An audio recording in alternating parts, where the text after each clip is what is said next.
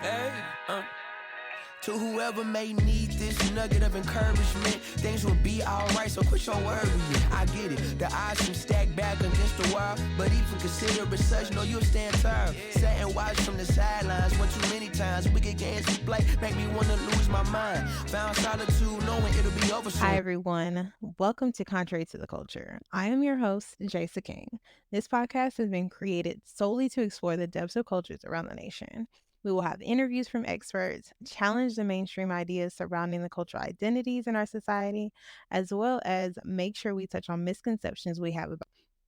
All episodes are brought to you on Tuesdays at 3 p.m. on all major podcast platforms, not to mention my website, audacityofwomen.com.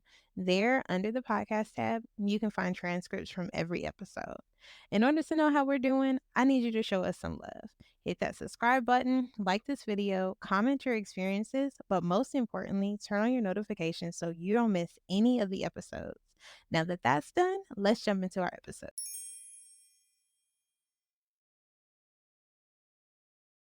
So hello, ladies. Thank you for joining Audacity of Women with Jaysa and myself. My name is Krishana Sinclair.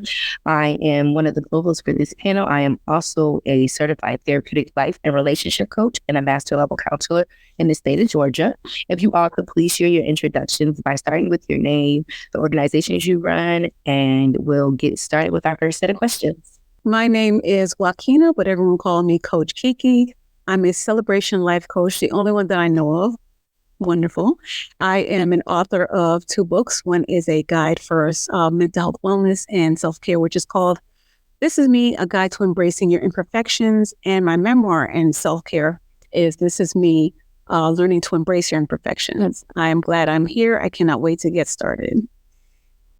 Hey everyone, I am one of the co-hosts for the panel. I'm Nicole Love. I am the founder of the Creole Foundation, which is geared towards asthma and mental health awareness. I also have a journal that is out on Amazon and Barnes & Noble called the Creole Wellness Journal. Hey everyone, my name is April Pulvermacher, and I'm a licensed marriage and family therapist. I just published my first book last year called When Avoiding Your Shit Is No Longer Serving You. And it's a shadow work, inner child journaling book. So there's 366 questions in there, one for every day of the year. And I apologize for my cat in the background. Oh, dope. It is so nice to meet you guys. As you guys have had a chance to know, I am Jaysa. I am the owner of Audacity of Women. I am doing these lovely podcasts in this segment in particular to include other people. Women, we hold so many hats, we do so many things, and I feel like we are the goal or the drive that gets us to really breaking that diversity down, making sure we understand who we are and how we can contribute to one another. So doing these panels, starting with mental health this month, is to talk about that. Talk about the ways that we all experience different things in our expertise, our experiences that allows us to be better, right? So community is about all of us. It isn't diverse. Not diverse. It is not segregated. It's not something that only one person experiences. It's important for us to talk about the things we've gone through in order to bring us together. So by doing this, I'm huge with our women. I want us to be able to come together and show that we are the force that people need to worry about, because we are coming and we are doing the things that need to be done. So with that being said, I want to welcome you guys again, and let's just jump into our topics. Okay. So I sent you guys a list of different things that I think are super great and important when it comes to this topic. And as I mentioned, we have our amazing live going, so our people can share their input and ask us questions from our experts themselves to kind of get that understanding of their mental health, right? So I do want to start by asking you guys something that's not on there. What is your idea of mental health? Anyone else?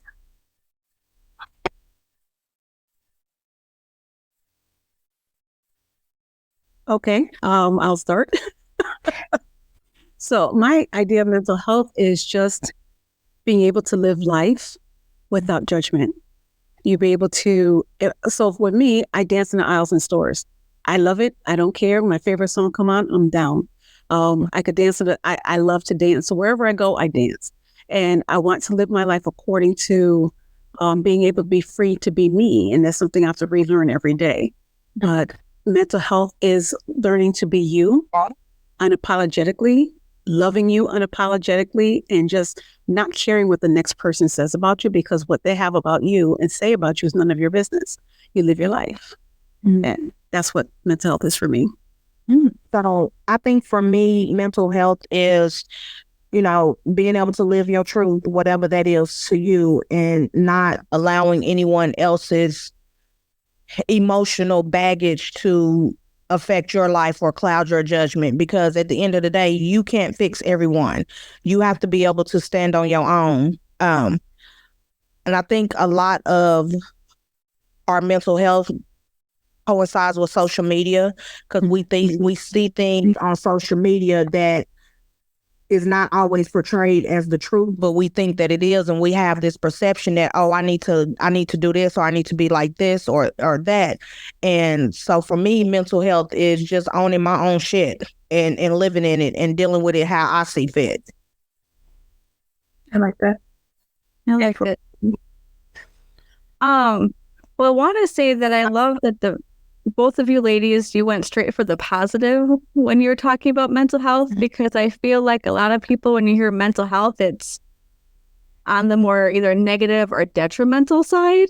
Because honestly, that's where my brain went, because, the phrase of mental health is real. And then when you ladies started talking, it was like owning your truth and being who you are and standing up for yourself. I'm like, I need to shift that perspective a lot, because I think mental health is both. It's duality. It's where you struggle and it's where you thrive. And if we just focus on one and not the other, then we start really having the challenges in life and our friendships and at work and everything. So I think mental health to me just would be balance. Definitely balance. Mm-hmm.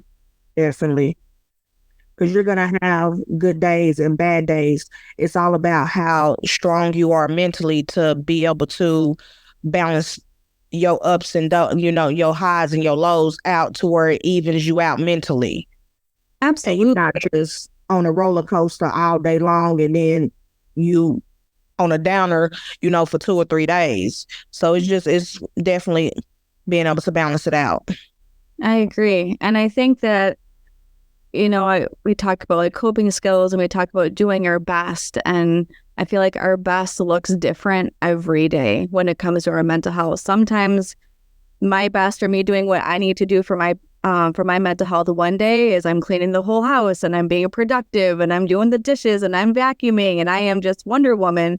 And the next day is I'm just glad I got out of bed and I showered and I ate some food. Yeah. That's all I could do that day. Yeah. I think also having the best support system you can have. To honestly say to someone and find them and just be truthful. It's like, I'm not having a good day. Today is bad for me. And not having someone tell you, oh, you need to do this, you need to do that. Just someone to sit and listen and to hold your hand and comfort you. And it's okay to be down for a couple of days, because it happens, but don't stay in that. Try to get out of it. Try to, like April said, you got up, took a shower and ate some food. That's winning right there. So a great support system really helps. Yeah, I definitely agree. I think that all of you touched on every aspect of mental health, right? So nowadays, what is on social media, like everyone has said, it kind of deems the categories of mental health, right? So if you're not being negative, you're not in a mental health state. Or if you're not working towards healing, you're not in a mental health state. There's always so many different things that try and contradict your level of mental health and what you need to go through.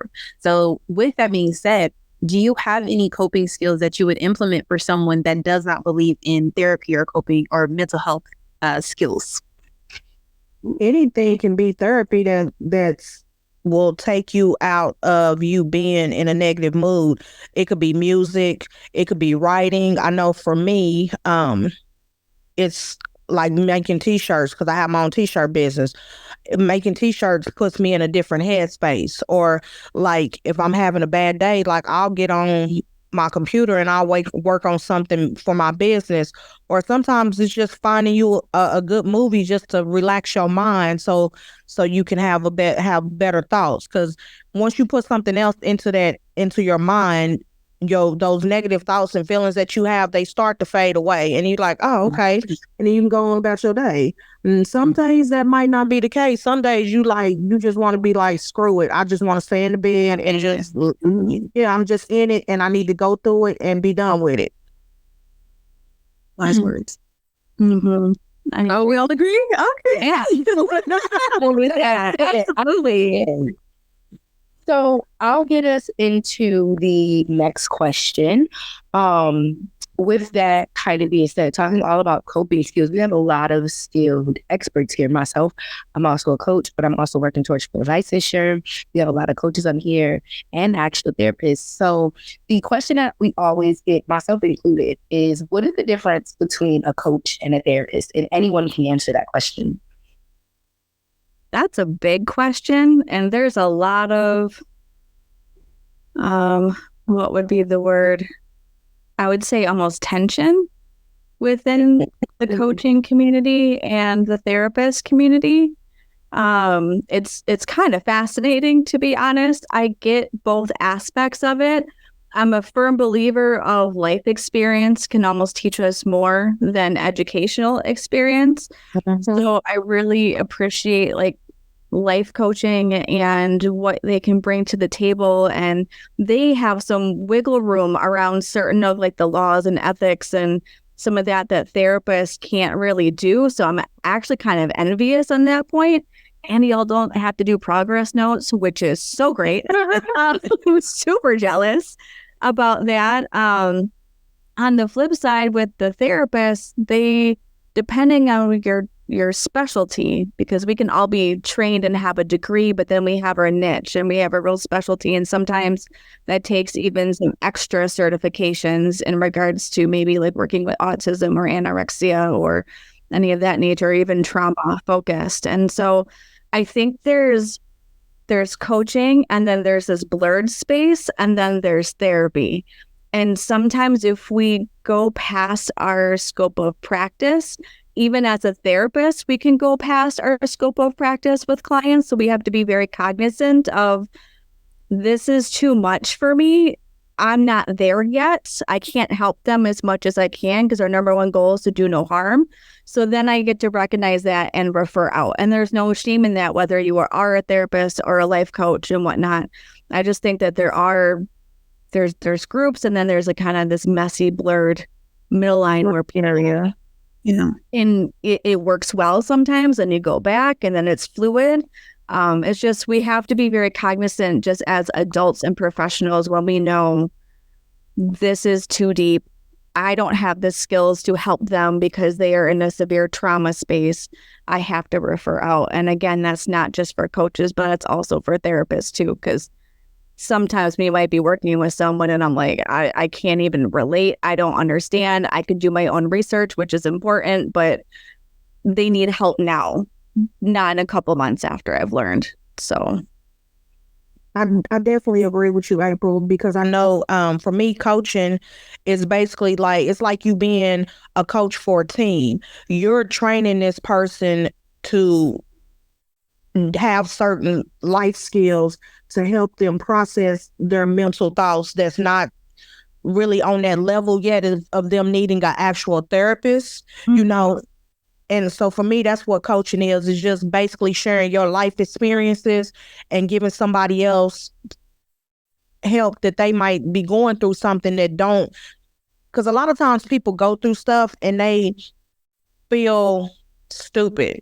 Yeah. For talking about it because they don't want to be judged. So to me, that's when coaching comes in, and you can post them on, this is what you need to say. This is how you need to do this to get the result that you want. As far as therapy, you're basically listening to them and you're letting them come up with their own thoughts, and you're not so much telling them what to do, because then if that's the case, they wouldn't need a therapist. Yeah. Yes, I agree. Yeah. Then to kind of piggyback off of that, So I'm not a coach. I'm not a therapist. However, I did 1.5 years of mental health counseling. So that was a vision. Yeah. And you learned a lot in that amount of time. Definitely. And it's crazy that you mentioned, April, the things that you have to kind of realize in yourself, because I knew that it's still something I wanted to do, but I started out with children with disorders. That was my focus. Yeah. And I switched it to family and marriage because that was something I felt I can deal with personally much more than trying to function with a child. Mm-hmm. Love the kids. But I think that that's also important when we're thinking about our own experiences and trying to figure out how we can kind of see that need for healing or see that need for mental health, right? So self-awareness is the pinnacle for everything we do. However, it's difficult. Let's just be real. When as an adult, as a child, it is so difficult to kind of point out the things you need to do. For me, I can be real. I am horrible at communicating. Why? I just don't like it. That's just something I don't like to say. I don't like to have to explain myself. I don't like to have to figure out how to translate my thoughts into a way that someone else can understand. But that's just me. Okay. So I can acknowledge that. But with that being said, what was the moment in your guys' careers where you knew this is what I needed to do? All of that for a short answer. Let's see.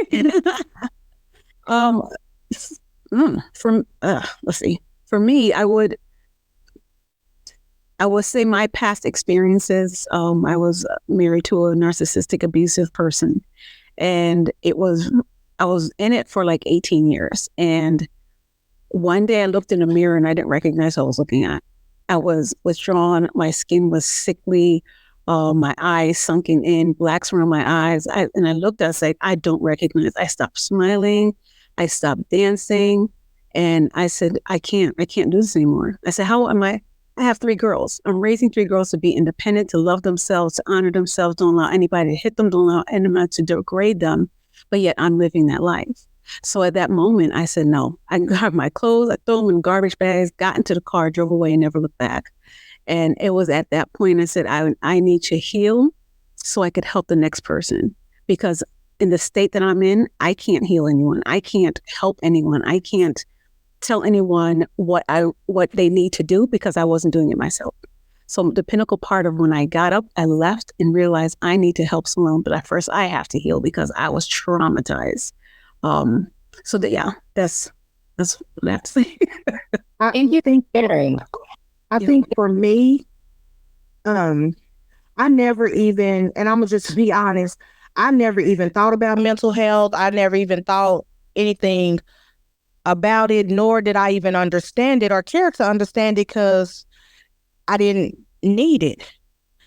And my daughter passed last year is when my mental health came into question. I'm like, whoa, because I literally, there was times where I didn't want to make it. I didn't want to live, but I had to be able to pull myself out of that. And for me to get my mental health the way I needed it was for me to focus on something else. And that's how the Creole Foundation came about.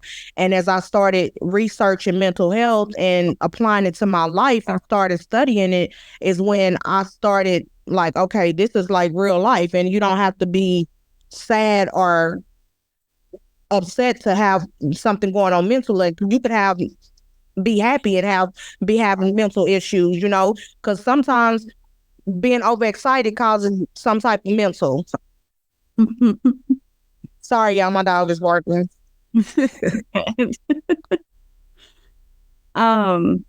Yeah, so along those lines, one, thank you for sharing both of those stories because those are very difficult things to go through. I was also in a very unhealthy marriage as well. But growing up, I kind of had like different parts for my mental health journey in regards to helping other people. Growing up, my friends tended to be the misfits of the school. So they're the ones getting in the fights and doing drugs, and I'm dragging them to class, like, come on. And so I was like a solid person for a lot of my friends when they went through a lot of life things in their families. And I was lucky enough that I didn't have to go through those things. And then I got married, and that was a whole lot of hot mess as well. After I learned more about mental health, I realized he was borderline. And because I'm like, oh, he has all 9 of the criteria and you only need 5. Awesome. Good to know now. So healing, right? Healing is self-awareness and about not just the stuff that he put me through, but also the stuff that I put myself through. So what about me allowed me to stay in that relationship as long as I did? And how can I rely on myself to never get myself in that type of scenario again afterwards? And I went to school for art therapy, got my degree, and then I worked with kiddos with emotional behavioral disorders. So when you're talking about kids with disorders, I'm like, mine are all like middle school, so hormones and trauma. Wonderful, wonderful combination. And I love my teenagers, but they were a hot mess, but they were very truthful hot messes. And I loved that because if they're lying with their mouth, they're being honest with their body language.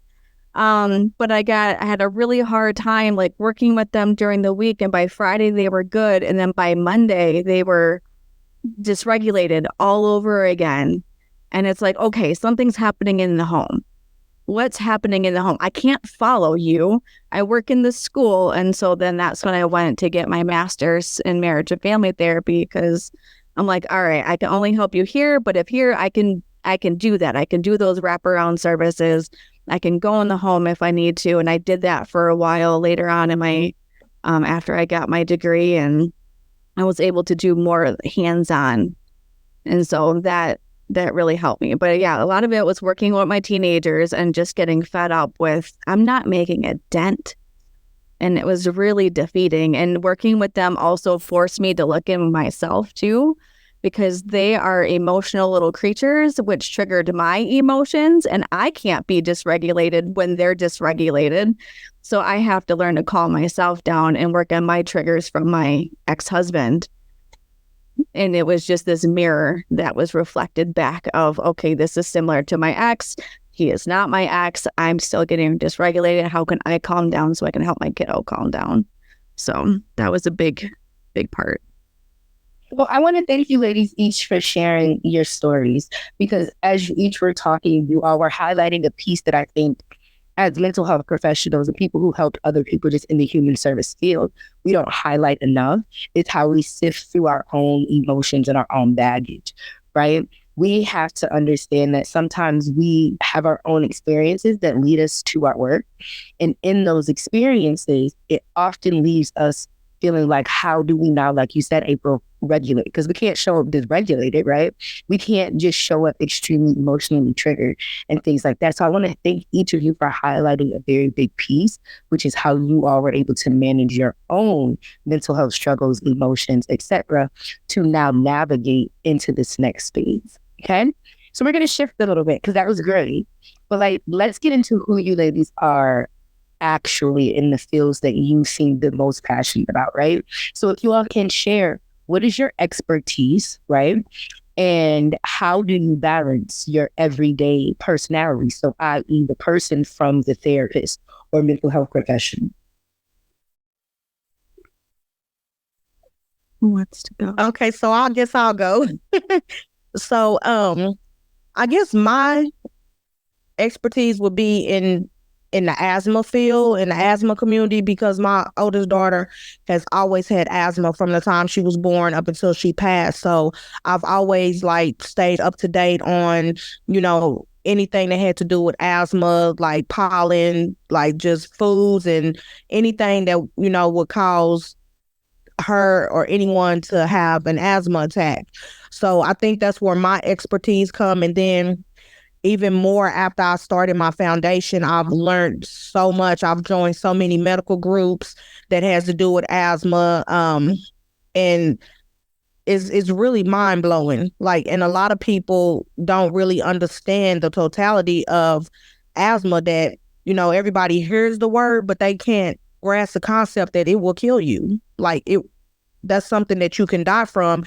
And they don't think about it because it's not taught enough in the communities. They're not educated on it. So that's where me and the Creole Foundation come in, because I need to educate the communities about asthma and the prevention of it, so I can stop a family from going through what me and my family is going through. I love that. I love that because it shows that you're passionate about it. It's not just something like, oh, this is interesting, let me learn it. It's no, this affects me. This affects my life. I am passionate about it, and other people are going to see that. And I want to thank you for sharing that as well, because I think one of the big topics that we don't talk about at all, despite whatever field you might be in, is that balance and the reason you become an expert in it, right? And we'll talk about life experiences being things that can help us actually show that we might have a little bit more knowledge just from our own personal experiences. And so I really appreciate you highlighting that sometimes it's not a switch. Sometimes it's not a hat we take off. It becomes our everyday life because we are so well versed and very passionate in it. So thank you for sharing. Does anyone else want to share? So for me, God led me to this community, and this community offered free mental health wellness classes every week on Zoom. You don't have to pay for anything. Everything is free. Even the therapist volunteers. So I went there one time because after I left my husband, and I was so scared. I didn't want anyone to see me. It was shame and guilt all over. And the guy said, the one who runs it, he said, you don't have to have your cameras off. You could keep them off, you keep them on, you could listen, you could share, whatever. And I felt free to do that. Just sit there, camera off. And when he started talking, the therapist started talking, I didn't realize how much I needed it because they're talking about inner child work. They're talking about somatic work. They're talking about tapping. They're talking about it's okay to not be okay. And I was like, I never heard any of this conversation. I never heard these words before. And I was soaking it in, and I was sitting there with camera off. I'm just crying. I was like, I don't believe people know I'm going through something. I was a hot mess. And then realizing it's like, wow, I can help someone. If I learn these tools and resources, I can help the next person. But I wasn't really thinking of the next person at that moment. I was thinking about me, and because I was hurting so badly. And there was people there to say, it's okay if you stay. It's okay if you're hurting. We're here to help you. We're here to support you. And it was at that point, I was like, okay, if I heal, when I heal, I'm going to help that. If I could talk to one person and say, this is what helped me, then I did my job. I did what I was supposed to do. I did my purpose. And it felt good to say that at that moment. Once I started that track of healing, it felt really good to even talk to someone and say, this is what I went through and this is what I did. It may not work for you, but here's a little something, maybe it could help. And that really felt good. So that was my point of, I want to help people by joining this one community. It's called Change Your Algorithm, and then just go beyond that. And it was so helpful. I agree with that because I know for me, when I was younger, we didn't, I knew that my family loved me. I was raised by my great-grandparents. I knew that they loved me, but we didn't talk about feelings. Like that didn't come up. If no one said that it's okay for you not to be okay, or it's okay for you to cry, it's okay for you to go through whatever you're gonna go through and deal with it and let it go. And I had to learn that as I got older. And a lot of the mental health comes from you having to learn how to love yourself and fall in love with yourself. That way you don't just accept anything from anyone. And I had to learn that at 40, so it ain't like it just happened. Like, I learned that, like, I had to fall in love with myself. And I think that plays a lot on your mental health, is being able to be in love with yourself. Because that way you know how to balance your highs and your lows. You know how to be like, it's okay not to be okay, even if nobody else around you is going to tell you that, or even if they think that it's not okay, like you should be acting a certain type of way. When you know who you are as a person, you know that you won't care what other people think. I agree with that too. Yeah, that balance again, being who you are, all that. I think we all have, these healing personalities, and being able to balance that with work and home life, and how can we keep our home life a little bit separate than work life. And there's going to be times where it blends. And I know sometimes, sometimes I've always worked on, not sometimes, I have always worked on my filter. In my real life.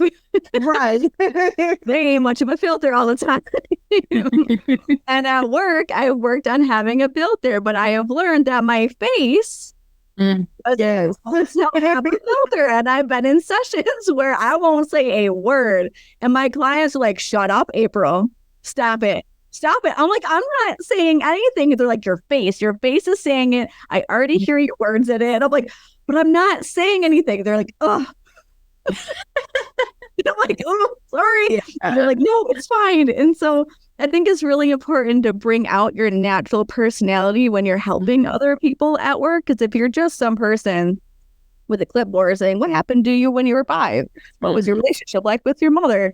No one wants to talk to anybody like that. And so bring your essence, your core values, your silliness, your authenticity. How are you expecting them to be authentic with you? And so there is that balance, and certain clients require more authenticity or more transparency than others. You just got to read the room. Definitely. You just gotta use your intuition a lot. And I do trauma work.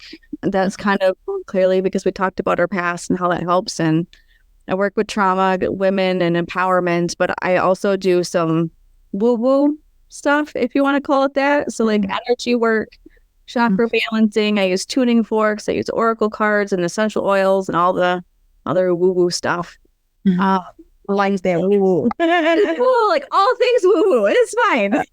Clearly I'm a bit of a hippie with my background and stuff. So and I don't have to use it if the client's not into it. I have the background, the scientific stuff, but I also like to do that whole well-rounded approach, like that spiritual place as well. It doesn't have to be religious, but it can just be spiritual. Like, let's get in tune and let's just recalibrate the whole frequency. So maybe a session is just me doing a tuning fork session on them and then listening to calming music. And afterwards they're like, I love that. I definitely appreciate you guys' origin stories for the most part. That would be how you got here and how you have been able to acknowledge what you need to do in your personal lives. Absolutely inspirational. So I definitely appreciate that. Now, this one is more so geared towards your personal life. As far as now, we live in a time where mental health is an aesthetic.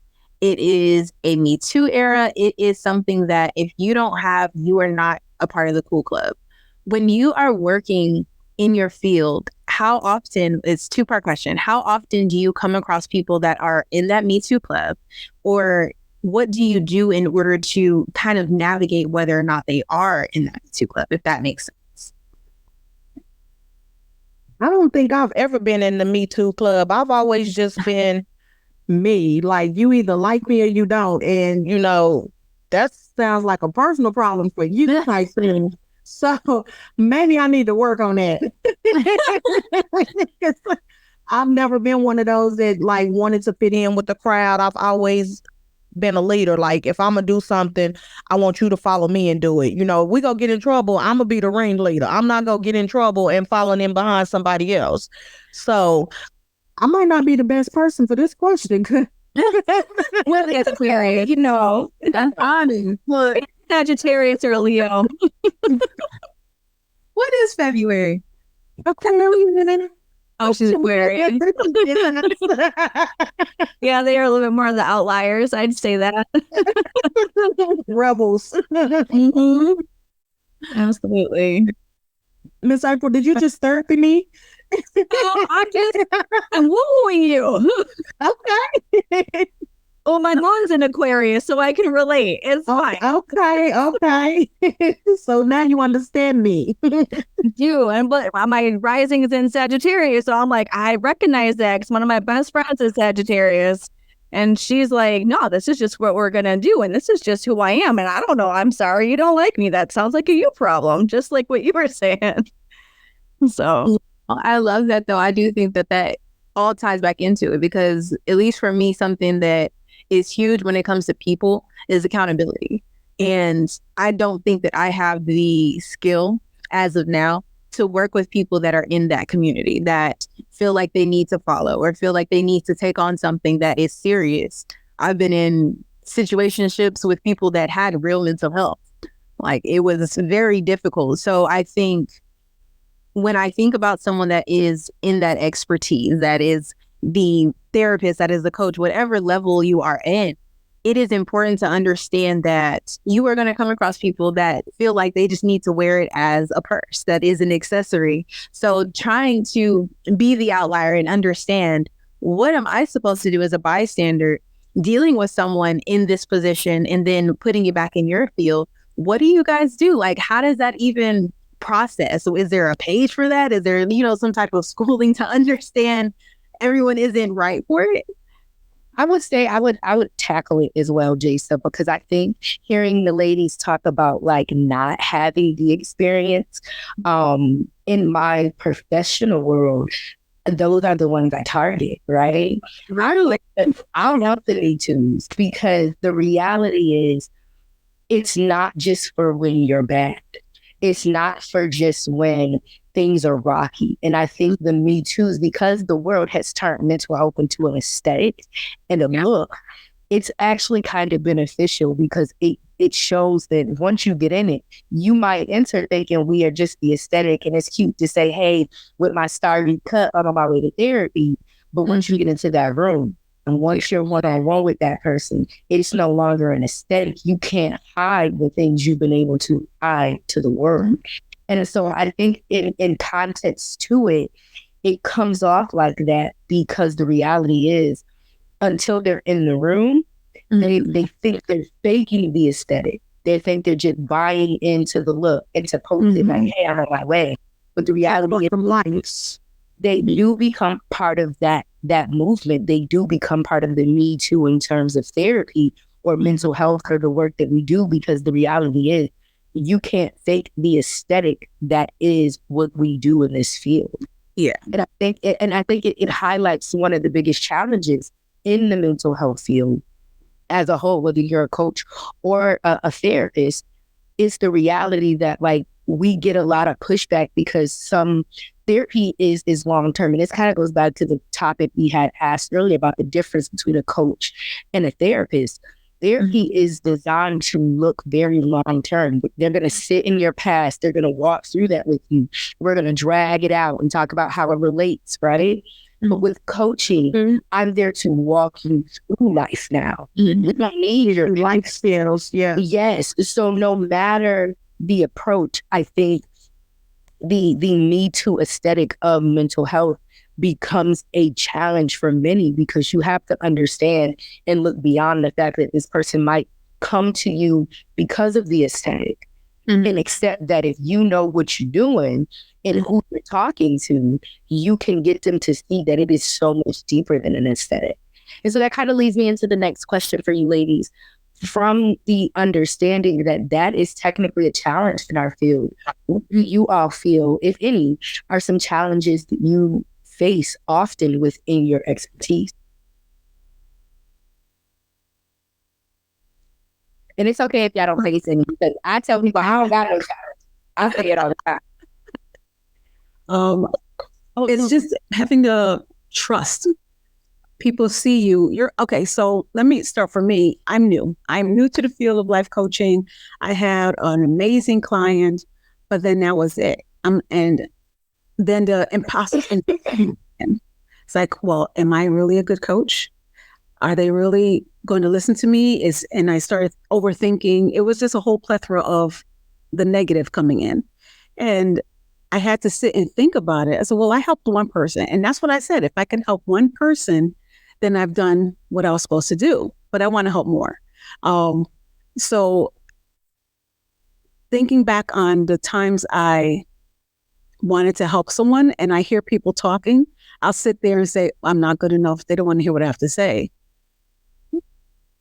And I had to stop saying that, because evidently I had someone listening to me.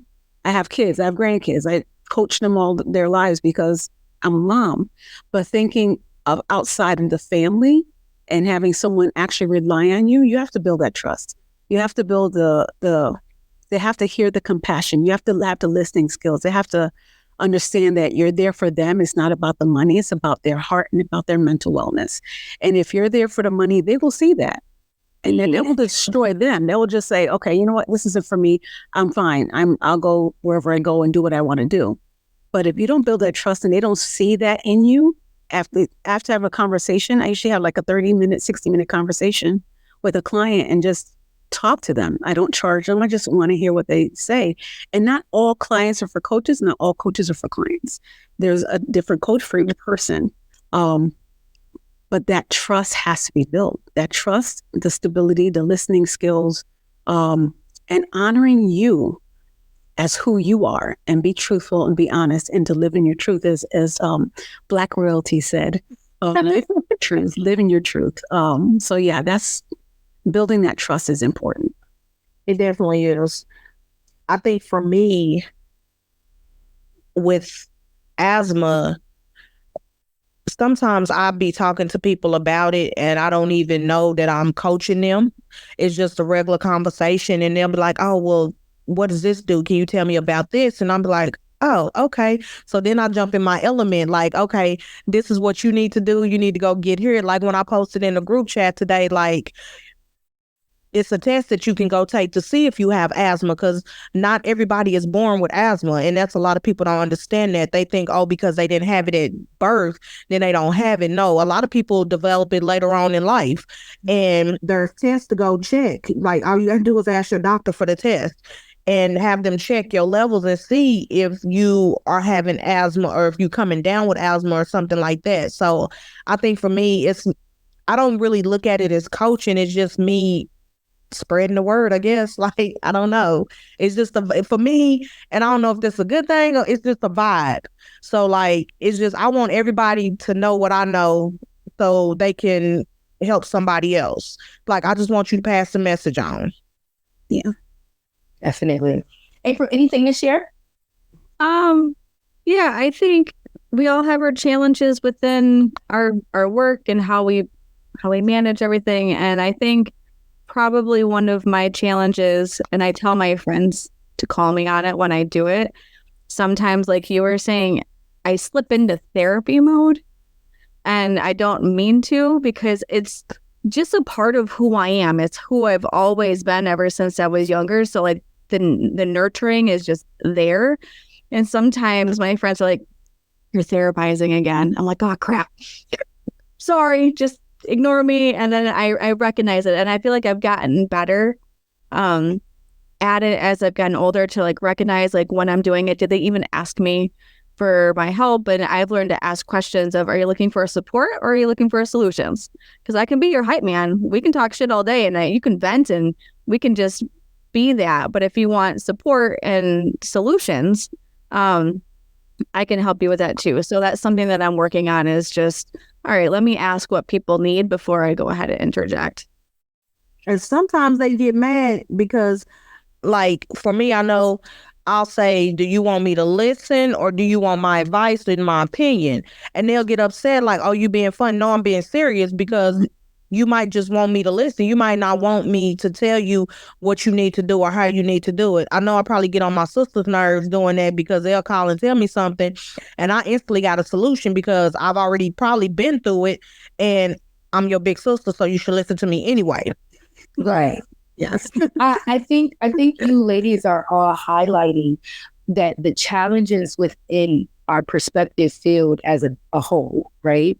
And then in our little niches that we have expertise in is within ourselves. A lot of the challenges aren't within the field. It's within ourselves. So I want to thank you all for being able to highlight that, because I think that's a piece that when people ask that question, they're like, oh, we're going to talk about like statistics and stuff. Like, no, a lot of the challenges within our fields come from us as experts, us as people who work in this. So with that being said, I want to thank you ladies for being here with Jason and I and really having this honest, serious conversation.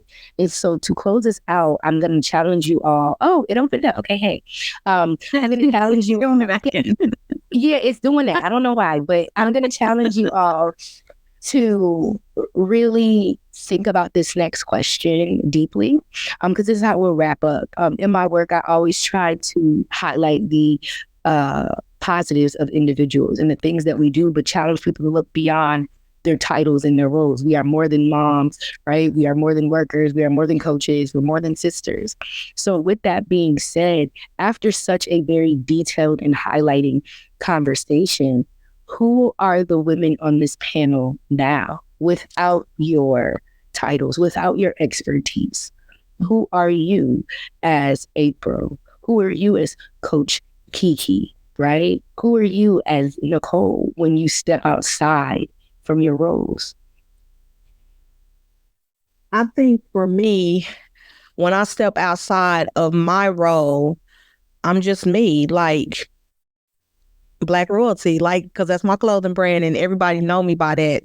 But I think I'm just a regular person. Like, I got the same problems that everybody else have, bills, kids, so I'm just a regular person. Like, I don't really hold myself to the level of I'm better than anybody, because I'm going through struggles, I'm going through mental issues. I have good days, I have bad days. I had a whole two weeks of a bad week, in and out of the hospital for the last 2 weeks.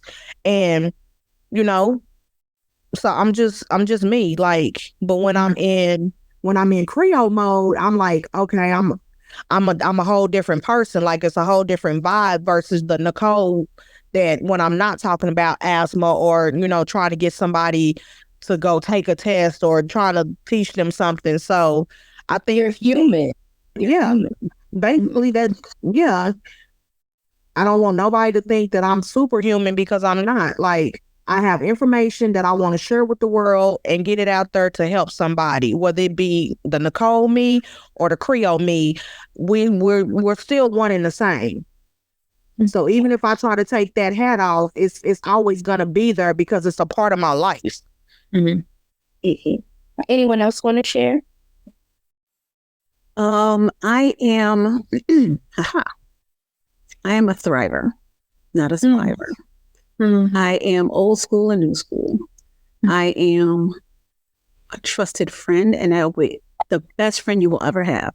I will show up when I need to show up, whether it be flowers, a phone call, a visit, a letter in the mail. I am blessed to be a blessing and financially blessed to be a financial blessing. And I am worthy. I am loved. I am supported. That's who I am. Thank you for sharing. You're welcome. Thank you. April? I love how you were starting it with I am, because I have a tattoo. Oh, that's so cool. Okay. It says, I am worthy, I am healthy, I am enough, I am ... So fill in the blank of whatever I need in that moment. I love that. To go off that, like, I would say nurturer, human. I love that too, because sometimes you're superhuman and sometimes you're just human. I would say creative and just love. I think the goal is to be loving humans and loving people. And even when we struggle loving ourselves, that's the goal. We can still love other people, and in a way that's also loving ourselves. I am healing all the time and resilient, because we all go through things, and my 5 might be someone else's 9, and their 10 might be my 2, and like on the trauma scale, and we all have different levels of trauma, and we are all healing. The second we get done, it's like we boost up to another level, like on a video game. It's like, oh, I beat the boss, and let's start over on the next level. And so I'm just on level 38. I love it. And that's me, level 43. And sometimes we might be in coach mode or therapy mode, and the people that we're trying to coach and have therapy with, they might end up teaching us something that we didn't know. So it's always room for learning on both sides. It's always going to be you being able to learn something from them and them learning something from you. I'm glad you said that, because I had a friend, she called me, she wanted to talk, and here I come coaching her. And after a while, she unfollowed me. And I was like, oh my gosh, why did she unfollow me? And she finally told me, she says, I just needed a friend. I didn't need a coach. And I told her, I said, I'm so glad you told me that, because I don't realize that coach come real quick. I'm ready to say, okay, here's what we're going to do, and make a list, and here's your goals. And I want you. No, she just needed a friend. And I'm so glad she told me. That comes from Go ahead.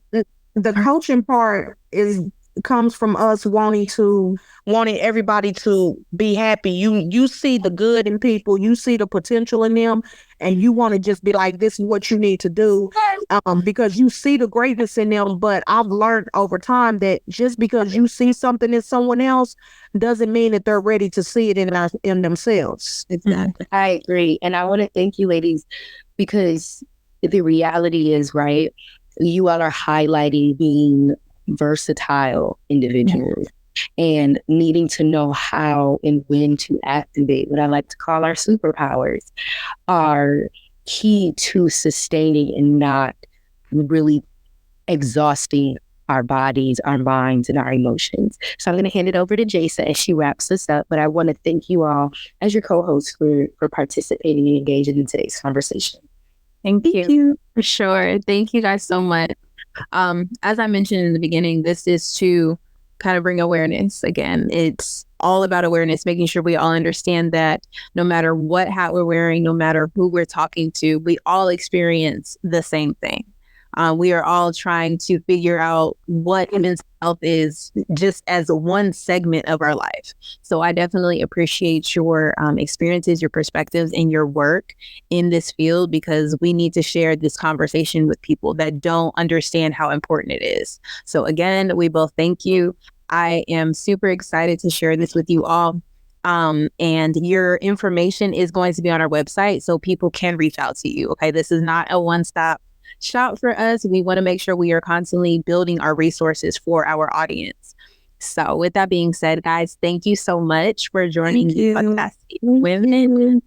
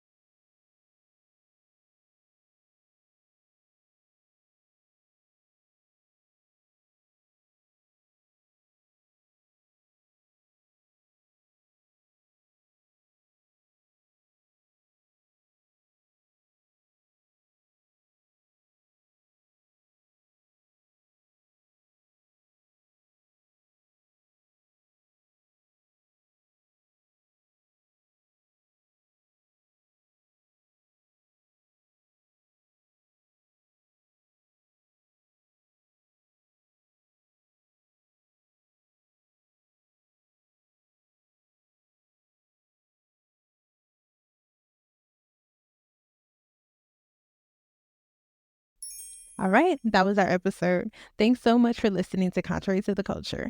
Again, I am your host, Jaysa King. You can find full show notes from today's episode at audacityofwomen.com under the podcast tab.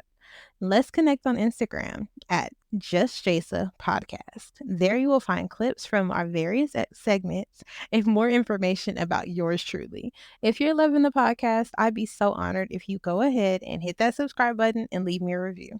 Until next time. Ever need a boost, count on me for the 1-2. Trouble don't last when the tough get going. Baby, all we do is win, so show me my opponent. Adversity, doubt, stress, could care less, cause how we handle those like an S on our chest. Super proud of how we held it.